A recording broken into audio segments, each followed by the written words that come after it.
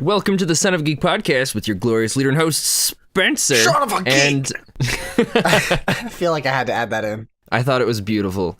Joined with me is this man whose voice shouts to the heavens. It's Mr. Zeo. Hi, I'm Zeo. Shout to the heavens. How's it going? Great. How are you, Spen? I am doing fantastic. It's been like a whole week. It's been weird. We haven't talked too much. We've been busy. Yeah, it's been a little You've while. been working. You've got your new job with your weird hours. Oh, yeah. Things have changed. And then, we have had a lot of exciting things happen to us over the last week or two. So. Oh, a lot of exciting things. Man. I can't believe the response we've got from everybody on Next to Nothing. It's been really heartwarming, and it's just incredible. I agree. I remember when you and I first talked about this, at then it just seems like a pipe dream and oh yeah, this will be great. And I'm a dreamer. I'm like, man, this could be fun and big. And you're like, yeah, okay. And then, and while we're not huge, just the overwhelming support we've gotten from the people who have enjoyed this show. Episode 1's almost at 1,000 views now. I don't know if it's reached I haven't looked at it in the last couple days, but it's. Yeah, last time I checked was at 9:30 or something like that. Yeah, I think that was the same for myself. Oh wow! Just anytime we jump back online, there's just tons of people saying, "Hey, this is awesome. We're looking forward to see more." Hey, can I be a part of this? It's just like wow. So much. And for those listening, thank you for your part of that success as well. So you guys are awesome, and we are more than excited to continue doing this. Yeah, because how many months ago was it that Next to Nothing kind of started? You invited me to game, I think Next to Nothing happened a couple weeks. The first thoughts of that happened a couple weeks after that. Well, no. A game was a initial just little seed. So if you remember, I invited you to game almost the beginning of the year. But it was very silent and nothing happened. And then months went by. And then during the summertime, you messaged me. You're like, hey, we're going on with things. I think we need to talk about it. I'm like, yeah. Well, here's an idea. I think this can get us on track. And then September is when we came up with Next to Nothing. Oh man, you've got a good timeline for everything then. Yeah. I don't even remember those first few months then. Really? Where nothing happened. Well, I don't know. For some reason, I just remember you being like, hey, let's do this. And then we kind of jumped into it. Well, because game was rocky in the beginning for us. Anybody can look at our very first podcast. Somebody else hosted that podcast, and we've gone through a lot of changes since then, and some people just aren't around anymore. Who hosted the first podcast? Captain Beardy. Oh, that's right. It has been a very long time. Yeah. Just think, almost a whole year, and we're on podcast number 12 or 13? We didn't start taking this seriously until about September, when you and I were like, hey, we need to actually do something with this. Yeah, time has gone by so fast. It doesn't feel like we've been doing this for that long. I know. Especially with everything that's been going on with Next to Nothing. Because the exploits and the adventures that Prek and Ness are about to be heading out on, and it's just, wow. Who knows? I have no idea where it's gonna go. There's so much exciting things. I don't either. Not a clue. No, just kidding. We all know exactly where it's going to go. We all know exactly where it's going. I was trying to make it sound mysterious, something a little more exciting. Being so involved in the show, we should be saying, oh, we have no clue where it's going to go next. I don't know. We just slapped some stuff together and hit the upload button. We're writing episode 2 right now. Yeah, I'm looking forward to episode 6 where the mechs come in and they transform into the Rangers, and then from there they go to space travel, and then the time travel is where things get really messy. Now, anybody who hears that is going to be like, this is officially happening now. They're going to go tell everybody. No, it's not happening. No, that is not happening. I wouldn't be happy if that did. That's just a little bit too much of a mess of it. But it's been a week. It's been a fun week. Fun couple weeks. Not only has it been a fun couple weeks, it has been a great year for gaming. Mm-hmm. I gotta say. I wouldn't consider it like one of the top years, but I would consider it above average. Up there. It's definitely up there. Because just the amount of games that we've had come out, as well as the ones that are coming out next year, it's. I would say this year, the closest year I could think of that has gotten me excited as much as this year for gaming was probably 2013. 2013 was a really big year for gaming. There was just so much good stuff that came out that year. Yes. And then this year is a lot, and then next year there's some projects I'm super pumped about too. So hopefully it just gets better. Because this year, I don't think there was like a huge influx of games compared to the other years. We've just had several pretty solid ones. Yeah, just really good ones that have come out. And thank God you finally got a Switch. Yes, I caved everybody. I got a Nintendo Switch. I wanted to be clear. He doesn't hate Nintendo anymore. For Smash Bros. Oh, yeah, I don't hate Nintendo anymore because I do have our Jizzle as my name. But it's spelt in a way now where it's not so bad. But, you know, it's okay. I get what I want. Nintendo's not like, we're uptight. And then, that's okay. I still didn't get what I want, where you admitted that it was dumb for you to be hating him for so long. So, nope. For over a silly reason. But. I technically win that argument because I got my name. Yeah, all right then. So, Zeo, we talked a little bit before the podcast. We don't know what each other's chosen, but we've chosen 3 games that we didn't get a chance to play yet this year, and we've each chosen 3 games that we're looking forward to that are coming out next year. And I thought it'd be interesting to see what we've played and we are looking for, or what we haven't played and what we're looking forward to. Yeah, I'm very excited for that. How are we gonna do this? You do one, I do one. You do one, I do one. Yes, we'll start with ones we didn't play. You'll give one, I'll give one. We'll kind of go back and forth, and we'll work our way down to the ones that we're also looking forward to. Okay, so I'm gonna start off with a game. I played it in the beginning, but I never got to finish it. So I want to finish Persona 5. It's been on my list to finish for a very long time, and I keep putting it off. Okay. Because I forget. See, Persona 5, I've been interested in the game, but I've never played it or felt a desire to play it. But I think it's because the fan base scared me off of it. Really? Just because, I had a good chunk of my friends are all huge Persona fans. I never owned PlayStation until the PS3, so I never really got into Persona games before. And just the things they talked about and how much they hyped everything up, I avoided it because with the amount of hype that they've given it, I was afraid I was going to be disappointed. Well, if you're an anime fan, Persona is a great game. Like, it has the visuals, especially once you get into Persona 4. My opinion, Persona 4 is the best Persona game, but 5 is so close to it. Because the Persona games, all their stories are like weird but really good. Yes, from what I've heard, it kind of takes you on a trip. Yeah, they hit like real serious moments, and then they go on like weird wackiness. So it's like good. It's like the good classic anime you're used to. If you don't want to play the game, I would highly recommend at least watching Persona 4 the animation. They have an English dub, they have a subbed, whatever you prefer. They're both fantastic. That show will almost give you an exact play-by-play of the game. It does a really good job at portraying the main character in any way you would play the main character. Because how it works is you can build relationships and stuff, and you can make decisions for the character, so you can kind of create your own personality within him. But the show does a really good job portraying him, I think. And but Persona 5, the animation is beautiful. It's definitely the most stylish Persona game out of all of them. If you're into JRPGs, and especially if you're into like turn-based combat, this takes turn-based and makes it exciting. So it's kind of fun.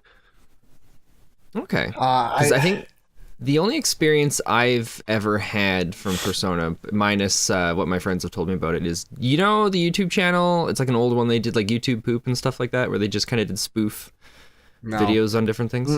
You don't? Oh, okay. Well, I'll see if I can find it for you. This was years ago. I think it was Persona 3 or Persona. I think it was Persona 3.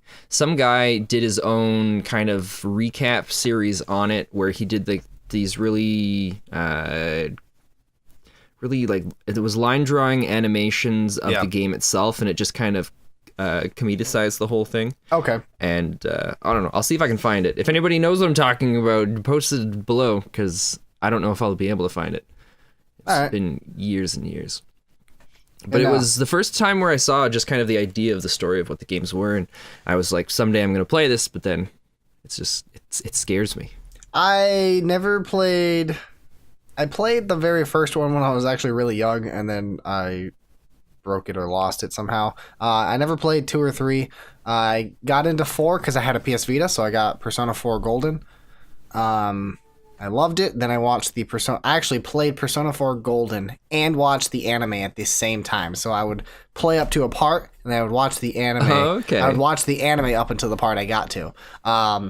And that was honestly the best experience because I got to see like some of my choices that the show decided to make, and it was just really cool. I just loved that. That is a very interesting way of doing it. So it was honestly, that's what made me fall in love with Persona 4. Was because of watching the anime with it. And it was a crazy experience. I remember I spent like days sitting on my couch playing. I'm like, all right, I played for 2 hours. I think I'm good. Let's watch an episode. And if I didn't catch up, I'd watch another episode until I got to the part I was at. It was just so cool, so enthralling, and I put hundreds of hours into Persona 4. Like, I almost platinumed that game. The only reason I didn't is because there was this glitch. Like, there's this character. She's like, kind of like the love interest, or supposed to be one of your love interests. But she does, like, certain voice lines every time you saw a certain monster. And you're supposed to get a trophy when you hit 150. And I got up to, like, 175. And it was, like, a known glitch that she wouldn't pop a trophy. And it's like a 60-hour story video game. So, yeah, so you weren't going to be playing that again. I was like, I had already did this 3 times. I'm not doing it a 4th. So that's the only trophy I didn't get. But I'm sorry to hear that. No, it's okay. That would suck. I still love the game, and so I was super pumped when Persona 5 came out. And it, like I said, it's definitely the most stylish game. The characters are fantastic. And it makes a slight reference to Persona 4, so it makes you believe that all these characters are actually in the same universe. Oh, okay. Which is kind of cool. I highly recommend it. You can start with 5, or you can just watch the anime, but do one or the other or both. You need to. Well, maybe I'll give it a shot. Okay. Enough about me and Persona. What about you? What was one of your games? Well, my number one game that I haven't gotten to play yet that I really want to is a game that you hold true and dear to your own heart. Final Fantasy 7? No, actually. Oh, dang it. That didn't come out last year. Doesn't matter. It's a game I hold near and dear to my heart. Well, I'm surprised you didn't get this one Spider-Man? because this one involves a man. Yeah, there you go. Spider-Man. I haven't had a chance to play it yet, and it just looks so awesome. I haven't bought it yet either. It really is. I need to do that. Hey, give me your mail address, and I'll just mail you my copy. Okay, I will do that. I will send that to you right after. Okay. That would make playing Spider-Man that much more special. Yeah. But it really is. It's. Honestly, while you're doing that, send me over a Zeo Plays hoodie. All right, I'll do that too. If right, anybody sweet. else want a Zeo Plays hoodie, let me know. I'll send it to you for $25. I love it. No, but Spider-Man, this is honestly, in my opinion, the best Spider-Man game to exist. Mostly because the characterization. To be fair, there's a lot of them, by the sounds of it, that it wouldn't take much for it to be considered better. True, but the one game every Spider-Man game has been compared to has always been Spider-Man 2. Yeah. Spider-Man 2 is the one game every Spider-Man game gets compared to. And not only do I think this game meets that expectation, I think it beats that expectation. So I think in the future, this is the new Spider-Man game everyone's going to compare future Spider-Man games to. So there's only 2 PlayStation games that I had ever played before I got the PlayStation 3. And one of them was for the original PlayStation. It was Toy Story. I used to go across the street and play it there. And then on, I believe, was Spider-Man 2 on the PlayStation or the PlayStation 2? PS2. I think it was PlayStation. I think it was a PS2 because I owned Spider-Man 2 on the GameCube. Okay, well, maybe it was the PlayStation 2 then, because I know I played Spider-Man 2. Another guy, a childhood friend of mine, who lived across the street, we would go and play it on his PlayStation, and that was back when Movie Gallery was the thing, and they had the game for so long and never returned it, that it racked up so many fees that they just decided to keep it. And they're like, no, we're just not going to return this. Because it was like $300. Oh my gosh. They had it for so long. That's insane. Like they kept getting calls from Movie Gallery, and it was, yeah. They just ended up saying, well, they can't really do anything about it, and we don't want to do anything about it, so we'll just keep it. So that's funny. That's my Spider-Man. But yeah, you got to play Spider-Man. You absolutely have to. I am. It's on my to play list. One of the more recent ones. Although with all of these damn games that keep coming out, It's impossible. I What is it? I think my Steam wish list is at 600 games now. Your wish list? My wish list is at 600 games now, and I was excited about it. I think I talked about it in a podcast before. I finally broke 1,000 games on Steam. Yeah. And I've maybe played 30% of them. Oh my gosh. That's absurd. It's bad. See, you wait for sales and you get them for like $1 and there's like no reason why you shouldn't buy it. I'm new to gaming on PC, so I don't have a very big Steam library, but like I have a physical library. We're going to get you a Humble Bundle and it's going to start growing every month and you're going to I've actually been looking at Humble Bundle in the last couple days. Get it. I'm never going to play them though. But that's not what's important. What's important is you spend $12 a month, whatever it is. You're in the States, so it's probably like $6 a month with how the currency works. And you get, typically, once a month, they give you a bunch of games that the total value is like $250. Yeah, and you spent I know. $12. I get it, but still, it's not about how many games I'm getting. It's about, I try to keep it to where I get this game. If you play one of the games, then you still made a profit off of it. I guess. I mean, profit's not the right way to say it because you still spent money. You don't spend as much money than if you were to buy that single game on its own. I suppose. The highest one that I saw was the value was over $500. That's crazy. I don't know. I could be over exaggerating. I don't remember, but it was high. It was at least 400. I'll tell you what. If the next Humble Bundle has a game I absolutely have always wanted to play, I will get it. You know, here's what we're gonna do. I'm gonna gift you 1 month of Humble Bundles so that you can get it 1 month, and then when you don't get it the month after, you'll regret it, and then you'll buy it forever. Okay. That's what's gonna happen. Okay. Merry Christmas, Zeo. Thanks, Spen. Forcing me into a habit I don't want to be in. It's better than drugs. I guess. Better than drugs. I guess. All right. So what is your second game? So my second game, now, I don't remember if this came out this year, but I'm pretty sure it did. I think it came out in the beginning of the year. I'll be the judge of that. So this is technically kind of cheating. The game's original release was not this year. It came out... No, I think it counts if it's the remaster. Okay, cool. So for a remaster, when I was 15... does it involve you being in space? No. And not on the planet Earth? Nope.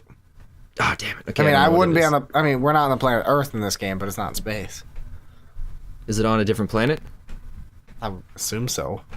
All right. I think I know what it is. Okay. I think I just bought that game today. What do you think it is? I think it's the remastered game, whatever it's called. Remastered? That's what they called it. Instead of remastered, remastered. No, that's not the game. Then I can tell you. Never mind. Don't worry about it. Okay. So the game I'm referring to is I was 15. I got Final Fantasy 12. Oh yeah, that's way different. I never got to finish it. It was my game disc broke, and I was only 15. Is that the one with the dancing girls at the beginning of the game where they're like it's some concert? That's 10-2. Okay.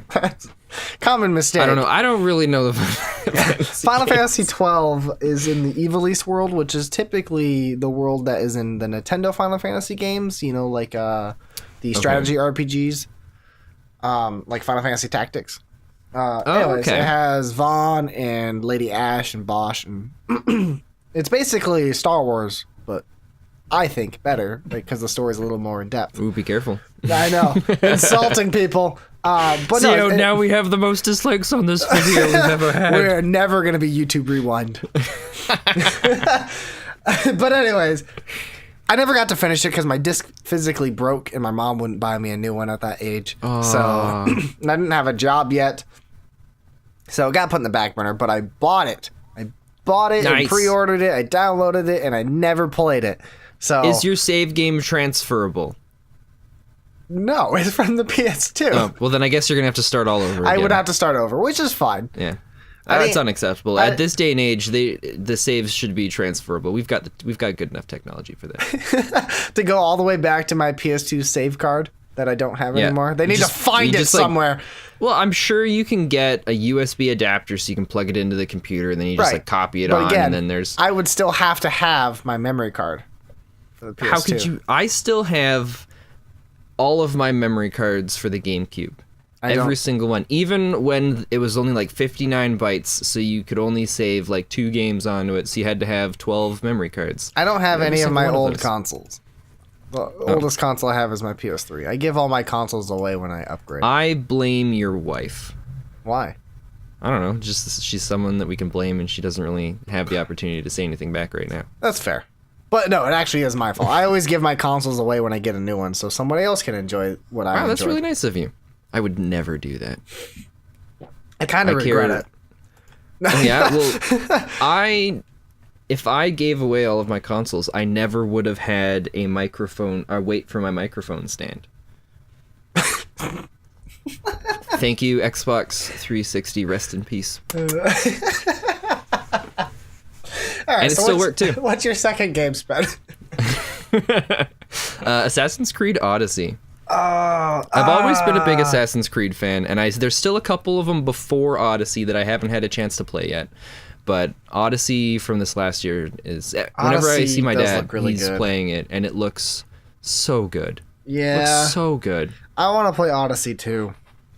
Because the last... What is it? It's Assassin's Creed 3 was the one where you're in the snowy...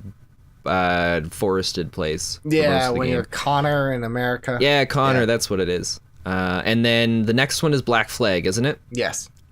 And I got most of the way through Black Flag, and then I don't remember what happened. I think a new game came out that I got excited about, and then I never got back into it. So I'm only halfway... I started playing it again. I'm only halfway through it.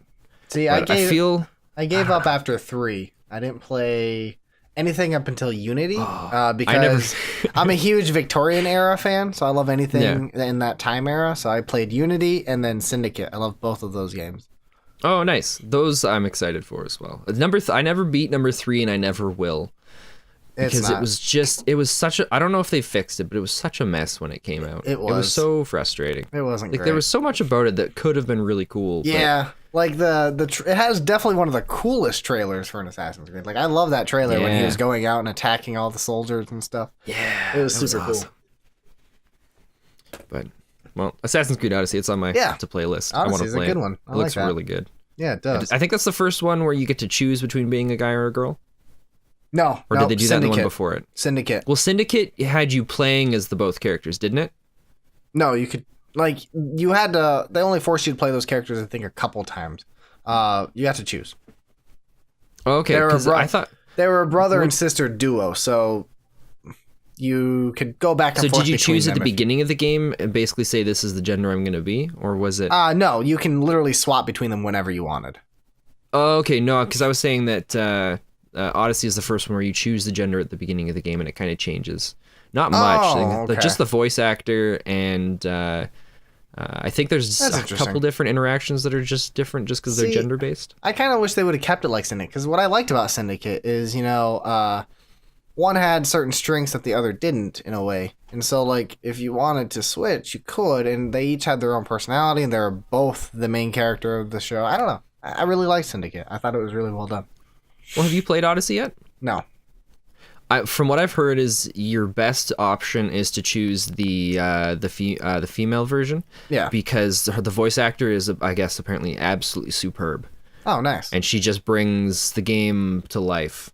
I mean, both voice actors bring the game to life, but just the way that she speaks and talks throughout the game, it's just kind of like a...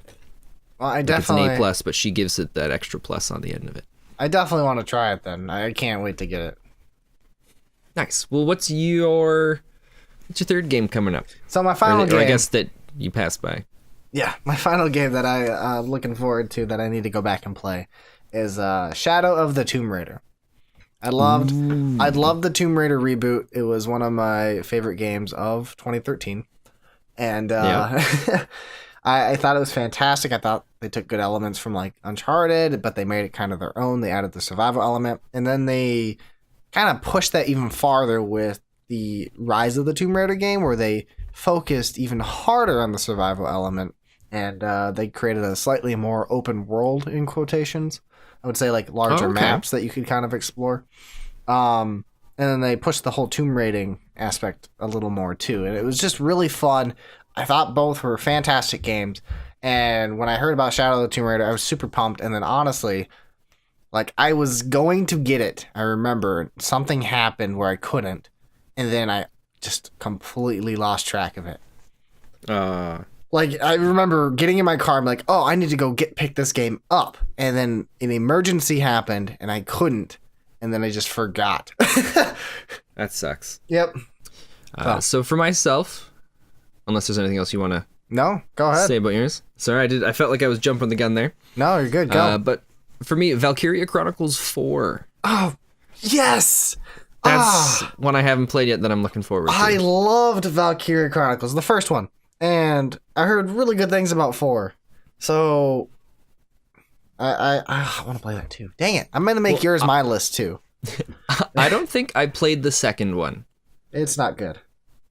Which is the second one? The second one, was that the one where they changed the combat where it was more real time and you were different people? Or is that the third one? Yeah.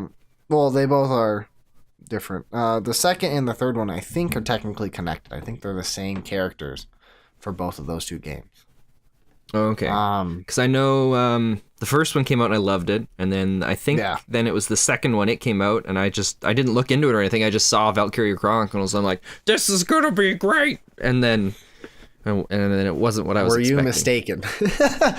It was hard because like the first one just put such an impact into my ideas of games and what I love about them, and so like to go through 2 and 3 and be like, but then 4 apparently they come back real strong. So that's what I've heard. It's crazy. Like, you don't think you'd stick with a series, you know, if the following 2 sequels of a new starting series isn't great.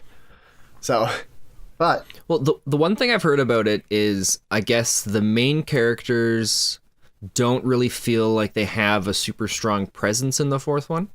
Okay. Like in number 1, like the main characters, like like the story around everything that was going on and just the interactions, everything was just killer and amazing. Mm-hmm. But I guess it falls short in the 4th one in that regard. I guess the main characters weren't very memorable, is what I've been told. So yeah, we'll find out. We will see. But if they have a great secondary cast, I'd be okay with it. I don't know. I didn't hear anything about that. Because the biggest problem I had with the way they redid the other ones was I love my turn-based strategy, tactical games, anything like that. Mm-hmm. And the way that Valkyria Chronicles took that, but also kind of did it differently and special in their own way. Mm-hmm. That's what I was just, basically it wouldn't have mattered what the game was. If they'd just given me the same combat, I would have been happy, because that's what I was looking for. Really? See, for me, like, it doesn't matter how great the mechanics are. I'm a character guy. I get behind characters. Characters are definitely a strong. I can live with a shitty point. game if the characters are good enough. I don't know.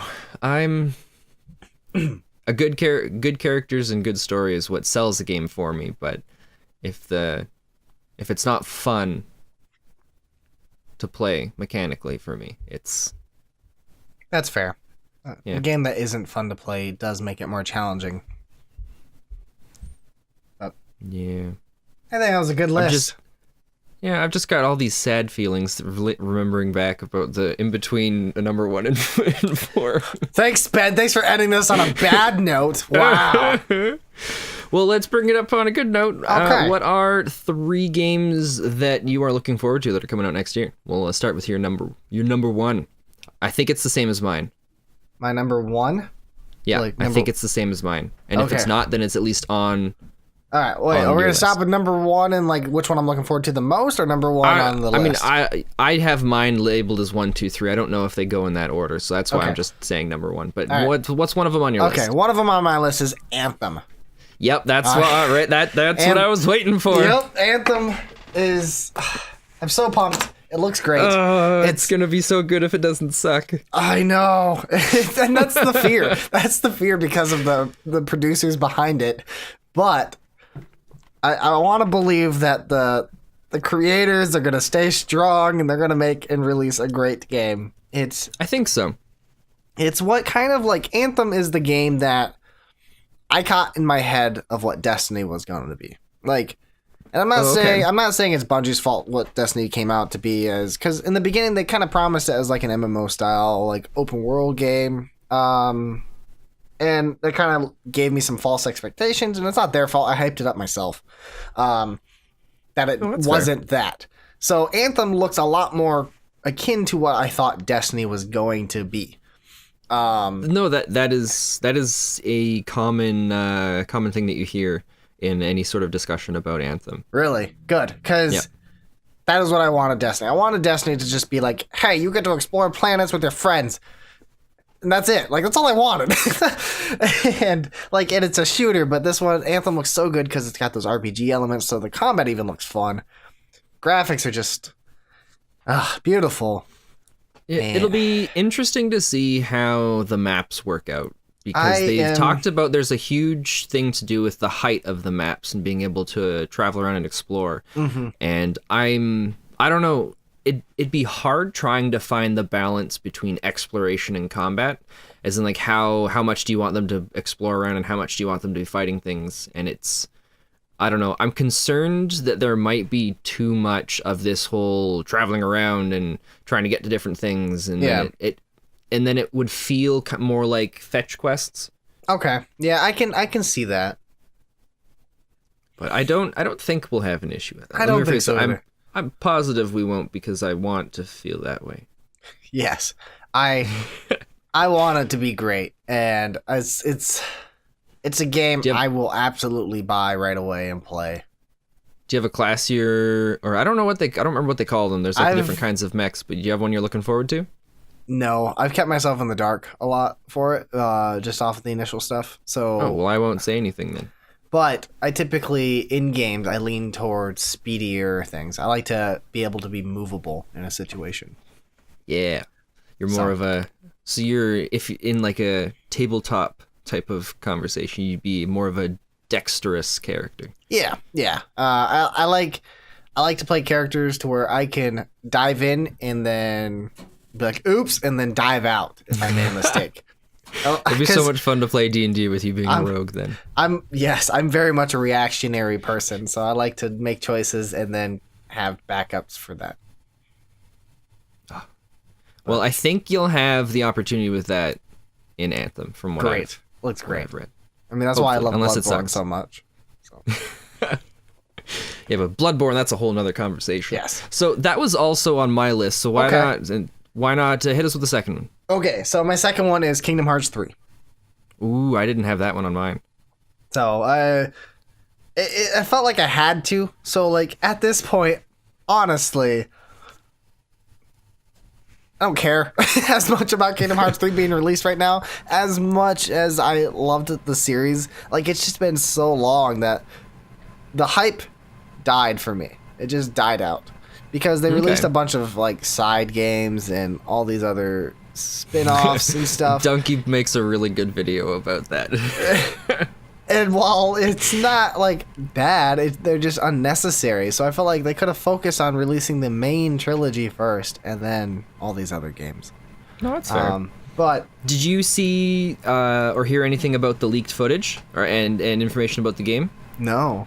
I don't know how much was leaked, but there was enough about the game that was leaked that there was actually a message I don't remember if it was the developer or one of the community managers that basically said, please don't share this around. Wow. Like there was so much that was leaked from it. They were asking people to not share it. That's crazy. I mean, a lot of people are diehard Kingdom Hearts fans, and I can't blame them. Like, they're great games. I love the first two games, and then Birth by Sleep is my favorite spin-off. Okay. Well, Birth by Sleep is actually... Sorry, it's the actual director. He's pleading the community to not share spoilers. Oh, Tatsuya Nomura? Yeah. Well, maybe he shouldn't have taken 10 freaking years to release this game. I'm sorry, longer than 10 years. How long has it been? It's been freaking forever. I have no idea. I think I was like 11 when Kingdom Hearts 2 came out. Maybe 12 or 13. I don't know. I don't think I was in high school yet. I was pretty sure I was in maybe middle school at the latest. So that was a long time ago then. Yeah, it's been a while. But what was a lot of the Kingdom Hearts games? Most of those were released on Nintendo, weren't they? No, they're all released. The spin-offs, there was a few released on Nintendo, but okay, so most of it was on PlayStation then. Kingdom Hearts 1 and 2 came out on the PS2, and then their first spin-off was Chain of Memories, which came out on the Nintendo... I'm sorry, not the Nintendo. The Game Boy Advance. And then they re-released in Japan Chain of Memories, like a remastered for the PS2. Well, that makes sense then, because I always couldn't figure out why I'd never played Kingdom Hearts games, but never really got PlayStation until the 3. So that would make sense. Yep, that'd be why you missed it. Well, you could have gotten the Kingdom Hearts 1.5 remakes, and then the 2.5 that was released on the PS3. Oh, was it? And they're both released on the PS4. Oh, wow. You can literally have access to play every Kingdom Hearts game that has come out on the PS3 and the PS4 right now. Nice. Well, I will be looking into that then. Birth by Sleep is my favorite Kingdom Hearts game. So Birth by Sleep? Yes. That doesn't sound very effective. It's weird. Their titling system makes no sense. It just doesn't. It's ridiculous. But I'm hyped for Kingdom Hearts 3. It's not as big as the other Kingdom Hearts fans. Like, I'm not going to lose my mind over this game. Oh, that's fair. I have moderate excitement, but I haven't played an action JRPG in a long time, so this gets me pumped. You haven't? No, it's been a while. Oh, you're missing. Oh, to be fair, I don't think I have either. The last one that I really got into was probably... Oh, wow. It was actually back on the Xbox 360. I think it was Eternal Sonata. Oh, I love Eternal Sonata. I think that's the last one I really sat down and played hard.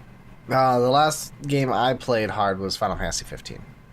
So I guess it's been longer for you, because Eternal Sonata came out a while ago. Because I've played a few here and there, but I haven't sat down and been like, okay, I'm finishing this. No, yeah, Final Fantasy 15 was the last one I did. For me, it's been a long time, because JRPGs have a very special place in my heart. Yes, I agree. They are what I lived on growing up. So anyways, your second game. Oh, my second one is actually Life is Strange 2. Really? I just started playing the first one on my channel, and I can't get enough of it. Really? I hate pausing it every time, and so that I can record the next episode the next day. It's crazy. Killing me. That's cool though. Oh, it is just the stuff that's going on in the game.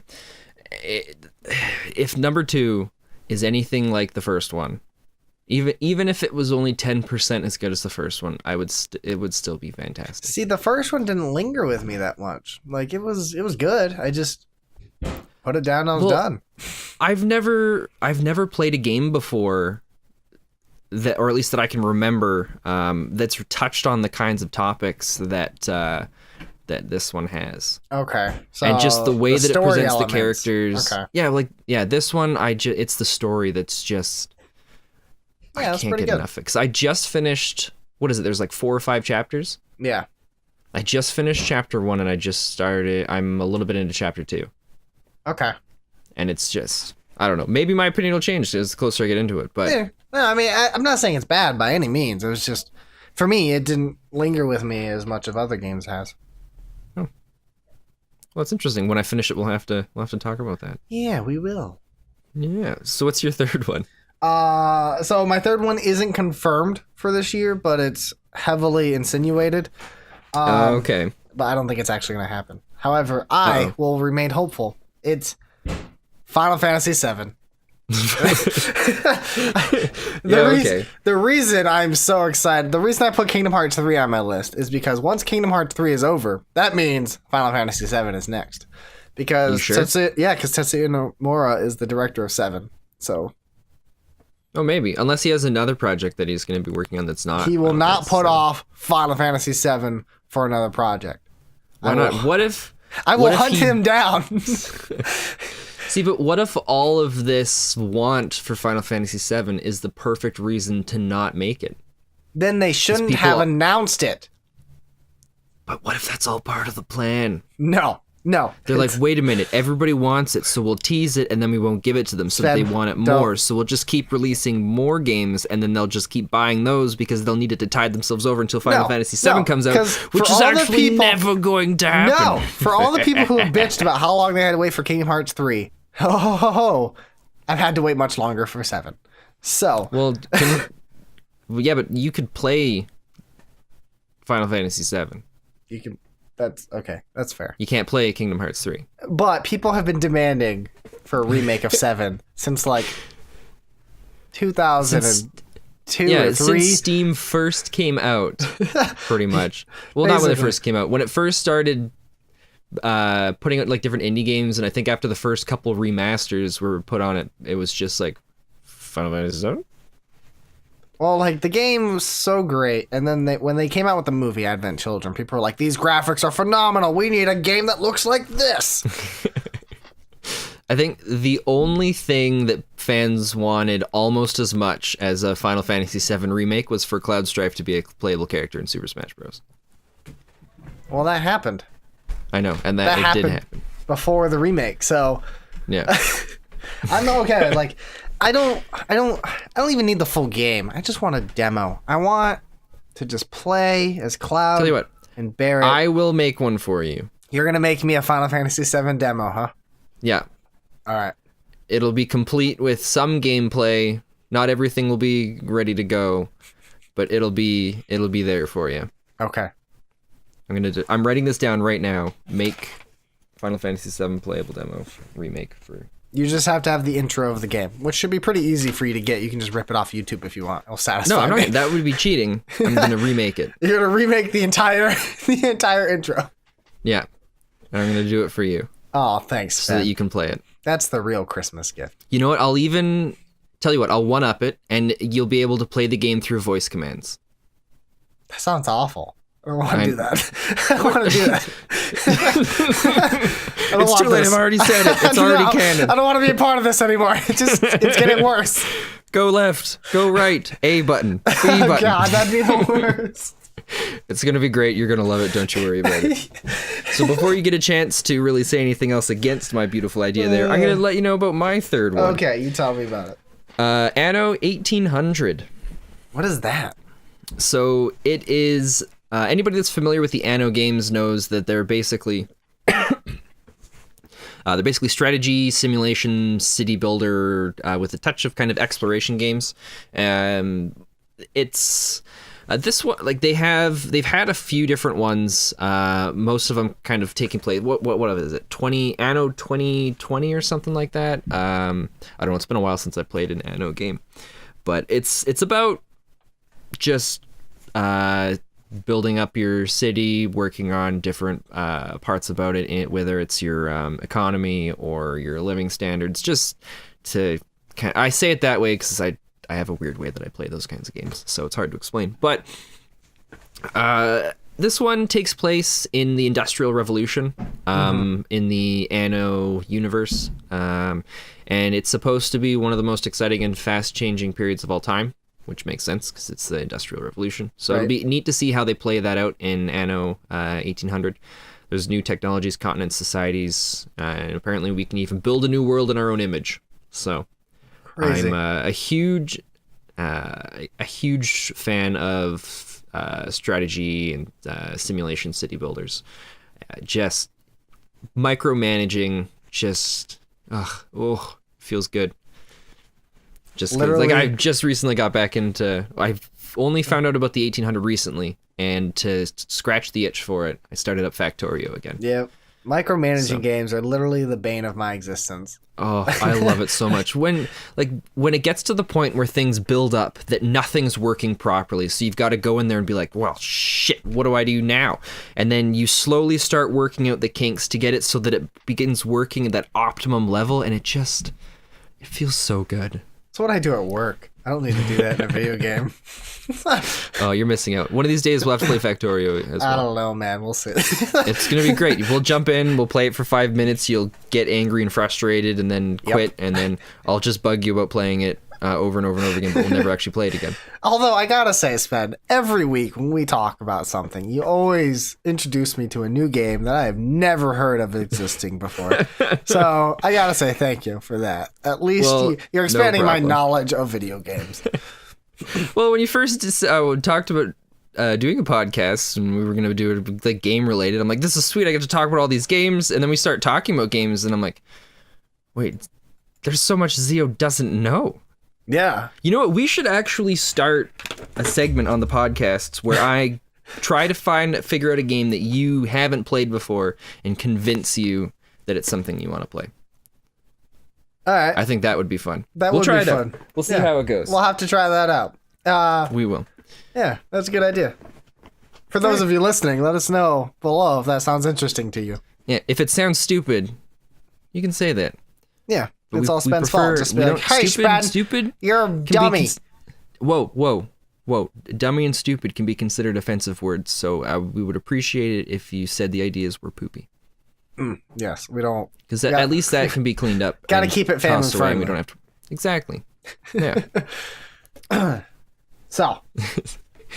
Well, Zeo, I have something I've been looking forward to for a while. You said you're a big movie and TV fan in different regards, so I scoured the internet by basically doing a single search page on Google. It ended up being the very top one for what I was looking for, so I didn't have to do as much scouring as I thought I would. But GameSpot put together what they believe are the 17 best sci-fi movies and shows of the year 2018.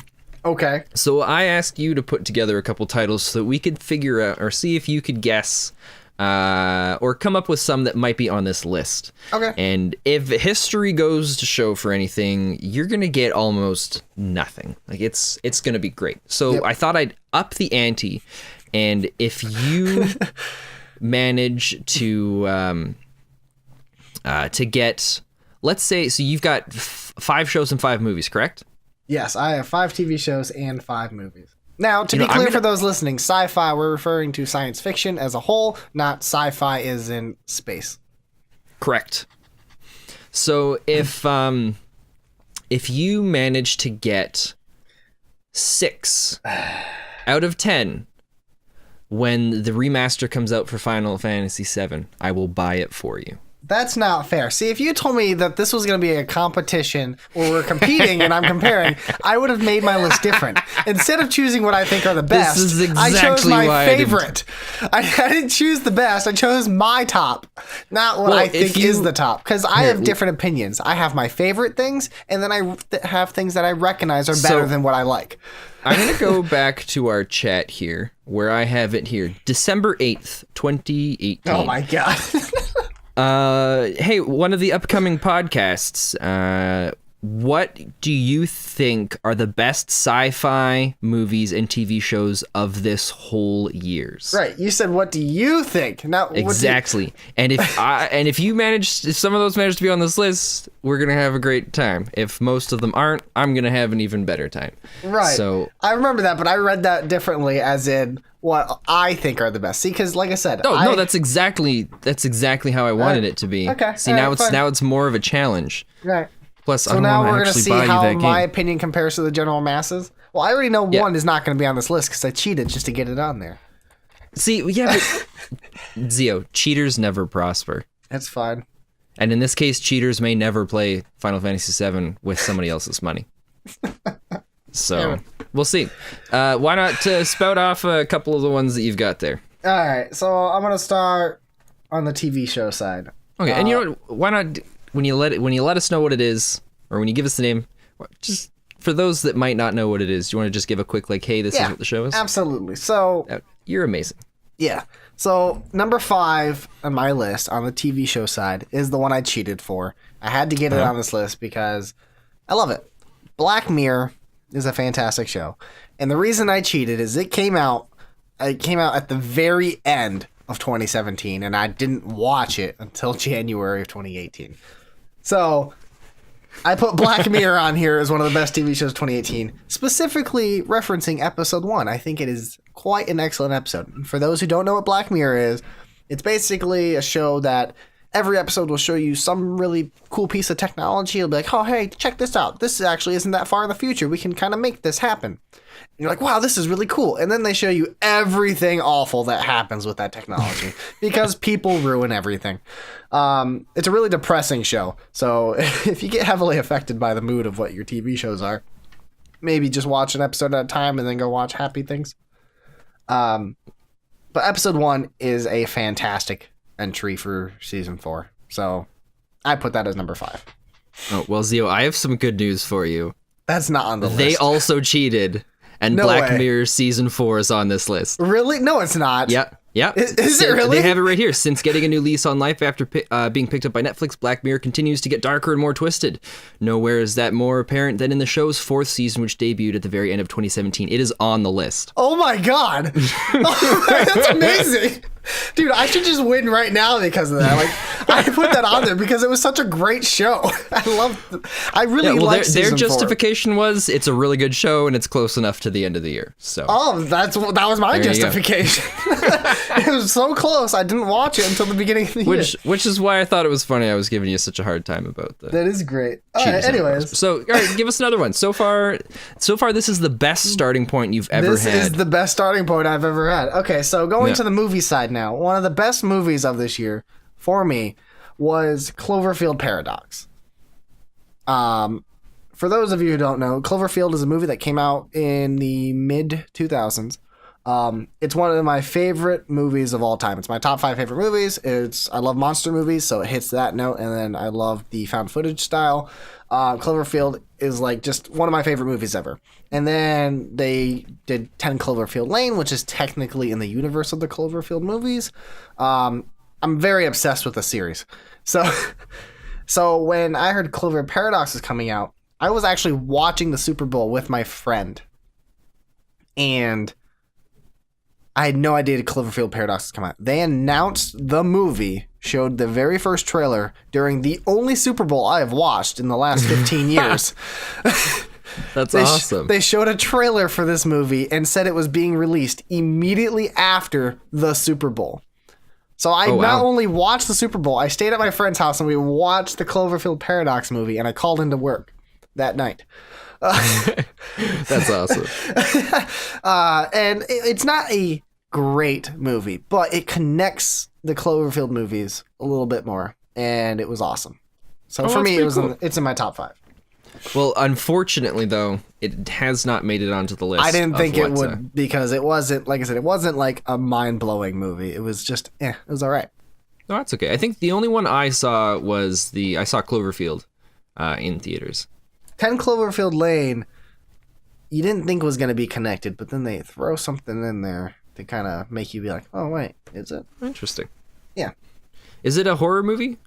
Or is it more of like a thriller? It's a thriller monster movie. Cloverfield is. But 10 Cloverfield Lane is a suspense thriller, yeah. Oh, I would say it has minor horror elements, but not enough to actually scare you. Well, you'd be surprised. Well, you maybe, yeah. Yeah, I'm not. Yeah. Well, so what's your next one? Okay, going back to TV shows. So, a TV show, this didn't come out in 2018, but I imagine it might be on the list. Sense8. Who knows? Sense8 was on Netflix. It came out in like 2015 or 16, one of those 2 years. And they had a season 1 and season 2 got canceled. But it got canceled on they ended season 2 on a very specific note, cliffhanger leading into season 3. And when it got canceled by Netflix, the people who made the show were so like, we don't want to end it this way. They actually created a movie to wrap up the 2 seasons. So that's awesome. Sense8, you can call it, I don't know, call it season 3 or the movie or whatever you want to call it, was released in 2018. And I think it wraps up really nicely. It was just a great show. I loved Sense8. I thought it was really good. What it's about is about these 8 people that were all born on the same day, and then they have like this weird psychic bond that they get a psychic birth mother to them. And so they're all interconnected mentally, and they could feel each other's emotions, feel each other's experiences. And then in times of need, they kind of like not swap places, but kind of inherently gain each other's skill set to help them in their situation. That's awesome. Yeah, it's a really great show. Well, unfortunately, though, it is not on the list. That I'm disappointed in because Sense8 is fantastic. Yeah, and everybody should go watch it. It's really good. All right, you got another one for us? Yes, so jumping back to the movies then. Number 4 for me was Overlord. It's a new movie. It just recently came out a few weeks ago, or about a month ago. Okay. Initially, it was supposed to be part of the Cloverfield universe. It was supposed to be called Cloverfield Overlord. It's based off of the World War I or World War II. One of the World War II, because it has Hitler. World War II era, and they were supposed to be loosely connected to Cloverfield, but then they took it away. So now it became its own movie, Overlord. It was still a really good movie. I really enjoyed it. It kind of makes me think of Wolfenstein. You ever play the Wolfenstein games? Yes. So it's very much Wolfenstein. Imagine if Wolfenstein became a movie. That's what Overlord was. So you follow these soldiers that get dropped into the war, and they're over in Germany. And maybe not Germany. They're over in another... I can't remember the country. I think it was either Sweden or Germany. Anyways, they're over there, and I think it was in Normandy. Normandy, yes, sorry. Yeah. And then they have their interpretation of zombies, but not zombies. Yeah, so they're like these zombie-like super soldiers. Yeah, basically zombie-like super soldiers. Overlord was just a fantastic movie. I enjoyed it from start to finish. It was just a fun ride. The story isn't like super in-depth or mind-blowing. It kind of follows a basic beat by beat you see a lot in movies, but I just think it was done well enough to really appreciate. Oh, nice. Well, if it helps, that one's also on their list. Yes!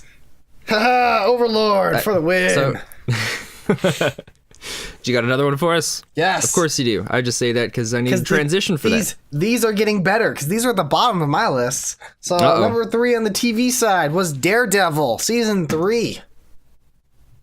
I love the Marvel series on Netflix, and Daredevil introed the entire Marvel series on Netflix and was one of my favorites. And I think Season 3 is one of the best seasons. Oh, well, unfortunately for you, GameSpot did not feel the same way. Well, they can suck an egg. Daredevil Season 3 was fantastic. The choreography was good. I really enjoyed the story. They put Wilson Fisk in the front again. They gave him a lot more. And then they ended on a happy note. It must have been difficult, though, teaching choreography to a superhero that's blind. Yeah, so difficult. Fun fact about him, supposedly, he tried out for other roles in movies and stuff and didn't get those roles because he wouldn't make eye contact with people, because he was so great at pretending to be blind, it just became second nature for him. So he had trouble adjusting to other roles that are not Matt Murdock, Daredevil. That's kind of cool. Because if you really pay attention to him in all of his scenes, he does a great job at pretending to be blind. Like, his eyes do not waver. He doesn't pretend to look at somebody. Like, he looks like he's staring at them, but then he's not looking at them. Like, I don't know. I don't know what he does, but he does a great job. Like, I believe he's impressive. Blind. Yeah. But apparently it's affected him so much that he's had trouble getting other acting gigs. Ouch. Well, hopefully things pick up for him, because he did a really good job in Daredevil. Flipping over to the movie side, though, because I feel confident about this one. I want this to be higher, but unfortunately it just can't be, because you'll understand when the other two come out. With how confident you are, I hope it's not, just in spite. It has to be. A Quiet Place. A Quiet Place. A Quiet Place. It is such a fantastic film. It's easily one of my favorite films of the year. Directed by John Krasinski, Jim from The Office. That's awesome. His first movie into the horror. It's his first directed movie into the horror genre, and it's a great movie. Everything about it is fantastic. It's basically about this world has been mutilated and destroyed by these creatures, and they react to sound. They're blind, but they kill anything that makes a sound. So you live in this world that's just silent. And it is the best way to build tension for a movie. Well, because that's the one where in the trailer, there's like the girl is like hiding in the bathtub, trying not to. Yes, Emily Blunt. Yeah, it does look like a cool movie. I haven't seen that one yet. Fun facts about this movie too. Like I got super into it when I found out. So John Krasinski, he's like you. He's terrified. He hates horror movies. So he directed one because of the premise behind it. And the woman that played his wife is his actual wife, Emily Blunt. Oh, that's awesome. Not only that, he hired a real deaf girl to play his daughter that's deaf and learn sign language so well to where I've read a lot of articles and a lot of people in comments saying that John Krasinski's sign language almost seems flawless. He's been doing it for years, and he learned it for that movie. That's incredible. So everything about that movie is fantastic. Even if you're afraid of horror, you should check it out because it's not just about horror. It really shows strengths of family and things like that. Oh, that's awesome. Now tell me it's on the list. It is not on the list. That what? No, you're lying. I'm 100% positive. All right, GameSpot is officially, they're just not good at making lists because this is one of the best movies of 2018. Well, not in their opinion, so. Well, they're idiots. So. Well, maybe it's number 17, but they cut it out because it was only the top 16. Whatever. No. It should have been the top 10. Anyways, number 2 on my TV shows is Altered Carbon on Netflix. Oh, okay. Altered Carbon is a cyberpunk setting. It's in the far distant future where we have perfected human cloning, essentially. And not only just human cloning, but you can take someone's consciousness and put it in somebody else's body. And so you follow this one guy who gets hired as a private detective to figure out some other dude's murder Okay, so like this rich guy has hundreds of clones of himself, and somebody murders him. Basically. And so he gets reincarnated in one of his clone bodies, and he hires this guy who was put away in prison for life, and his consciousness was put in prison for life. And he paid to get this guy released so he could investigate his death. I think it's a great show. The premise is weird. It's wonky. It's has a lot of great elements of sci-fi. And cyberpunk. So, like, if you really enjoyed Blade Runner or Blade Runner 2049, Altered Carbon... And this might be something to check out? Yeah, it'll definitely scratch that same itch. Like, I watched Blade Runner 2049, and that movie just blew me away. Like, I love that movie. And so, that's why I watched Altered Carbon. And I don't regret it. Well, let's see if you can get another one on this list. What else do you got for us? That's on the list, then? No, it's not. What, really? No, it's there. Okay, I was going to say. Has to be. It's so good. All right. I was trying to pass it over without you thinking you got a point. Going over to the movies. Now, if this isn't on this list, GameSpot, I will unsubscribe to their YouTube channel. I will never read anything. Probably won't be. Avengers Infinity War? It's not there. No, yeah, it is. It has to be. No, it's not. Really? 100% it's not. That is insane. Avengers Infinity War is such a great movie. Like, and not just... It was great. And not just like not because I'm a Marvel fanboy, but just on a writing standpoint, I thought it was brilliant. Like, they took the villain, and that villain was the main focus of the show instead of like all the heroes and stuff. They really changed everything about it. Yeah, I thought it was a good movie. I enjoyed it. All right, whatever. I'm really salty about that one. Well, that's fine. When we finish up going through your stuff, we'll go over a few of the ones you didn't get, which hopefully it's going to be a lot of them. Number 1 for me on TV shows was Haunting on a House Hill. It's a newer series that came out on Netflix probably about a month ago. Came out around Halloween time. And it's a horror series, not a horror movie. So that isn't typically done often. There aren't too many horror shows because horror is a very much a short narrative type thing. And it's hard to build that type of tension over, 10 to 13 episodes.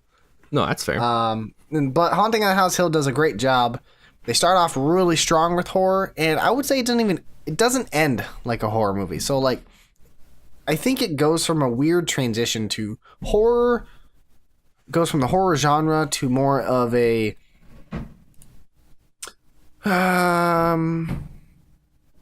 it's hard to explain.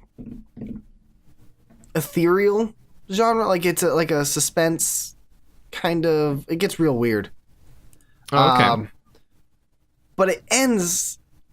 It's just a great show. The cast is good. It jumps around a lot. You really have to pay attention to the story, and then it pays off really well at the end. It's just you have so many questions as the series goes, but then it will pay off nearly every question you have. So it was just my number 1 for TV shows of the year. Well, I wasn't sure about it before, but you've convinced me to try it out now. Yeah, like it does start off as a strong horror, has some really good horror moments, but stick with it. I think you'll really like the show. Oh, well, unfortunately, GameSpot didn't feel the same way as you did. GameSpot is the garbage freaking company. Well, what else do you got for us? Number one. Actually, I want to give you a guess, Spen. What do you think my number one of this year is? I don't know. Was it Spider-Man? Yes. The Spider-Man Into the Spider-Verse. Was it? Yeah. Nice. Tom Holland's iteration of Spider-Man and Spider-Man Homecoming, in my opinion, is the best iteration of Peter Parker we've had yet. I think he's a perfect blend of Peter Parker and Spider-Man, and he plays him as a teenager perfectly. I think Homecoming is a great, really well done movie. However, Spider-Man Into the Spider-Verse is the perfect Spider-Man movie. It embodies Peter Parker, it embodies Miles Morales, it embodies Gwen Stacy. It has so many different Spider-Man in it, and it holds so much justice to it. It's written by Phil Lord and Chris Miller. Or did I say that wrong? Phil Lord and Chris Miller, I believe. The people who did the Lego Movie, 21 Jump Street, 22 Jump Street. Okay. They know their way around scripts. They know how to write comedy, and they're really good at grading characters. They wrote and screenplayed this movie, and it's hands down the best Spider-Man movie I've ever seen. Well, that's awesome. The animation is breathtakingly stunning. Like, it is a different animation that you have never seen. No, you get that vibe from the trailer. Yeah, the trailer shows that immediately, and the movie not only takes that animation you see in the trailer, it's so much better. It is the perfect iteration of a comic book movie, and I mean that in a literal way. It's just so good. Like, the characterizations of Peter Parker that they have is perfect. The way they portray Miles is great. I like Miles Morales, but Peter Parker is my number one Spider-Man for me. He's the one I grew up with, and so I'm a little biased with that.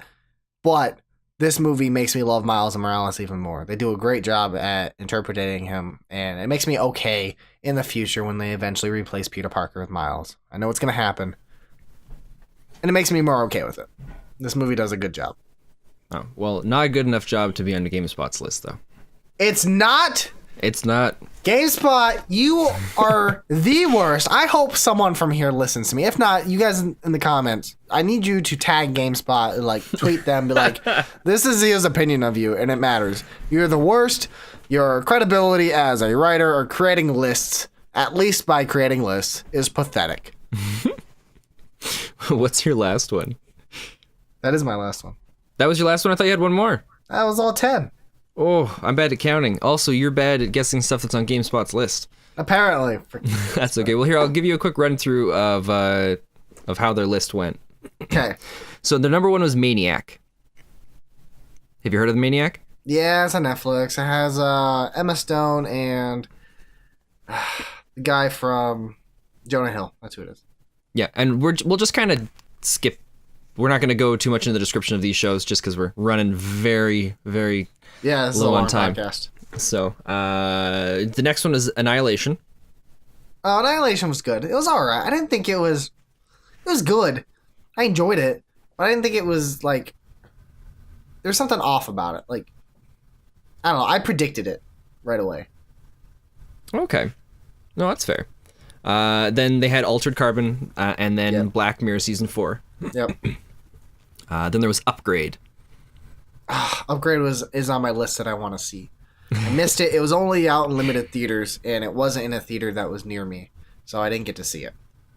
Okay, well, next up they've got The Meg. All right, this makes me hate this list. Sorry to Bother You. The Meg is one of the worst movies. It's so bad. The next one they've got after The Meg is Sorry to Bother You, which Sorry is to followed Bother You by... is great. That was a great movie. I forgot about that movie, honestly. And I'm disappointed that I did, because that movie is so good. It's so weird. Well, they've also got Lost in Space.